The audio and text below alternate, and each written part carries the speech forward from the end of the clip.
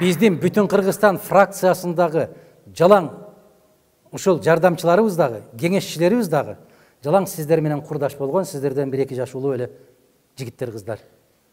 Мен ошолорду чоң академия сабагынан өткөргүм келет.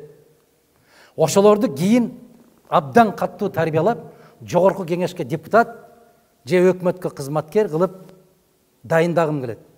Мен ошолорду кандай десем бир тегирменден тирик чыга турган, бүтүн чыга турган кылып тарбиялагым келет.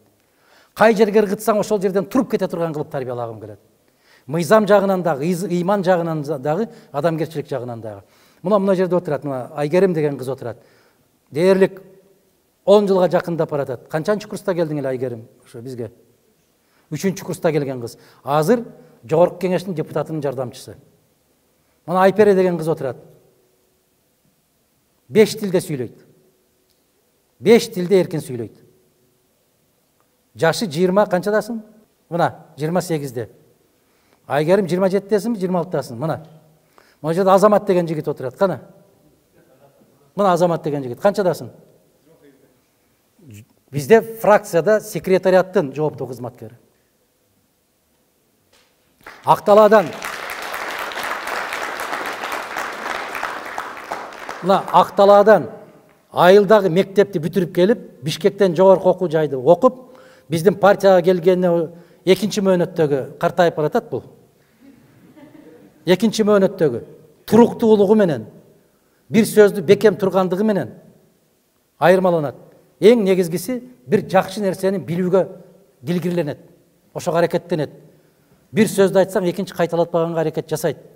Мына ушул жигиттер, мына ушул кыздар, Кудай буйрса, Аллах өмүр берсе, 5 жылдан кийин азыркы мыкты деген депутаттардан мыктыраак болуп даярданышат ушулар. Кудай кааласа. Биз жигиттер, кыздар, баягы чөнтөгү дөң, ата-энеси жогорку жакта иштеген, же бир базардын базаркому болгон ата-энелердин балдарын, кыздарын алган жокпуз. Жалаң ушул Акталаадан келген, Ноокаттан келген, Баткенден келген, мына Мирбек деген жигит отурат, Аксыдан, мына Илгиз деген жигит отурат, Чаткалдан. Канчага чыктың Илгиз? 31? Эми быйыл чыгасың 31-ге. Мына ошол жигит биздеки эң мындай бир тажрыйбалуу деген юридикалык жактан прокуратура кызматында иштеген Гуля Кожокулова дегенди угуп жүрөсүздөр. Мына ошол кишинин жардамчысы ушул жигит.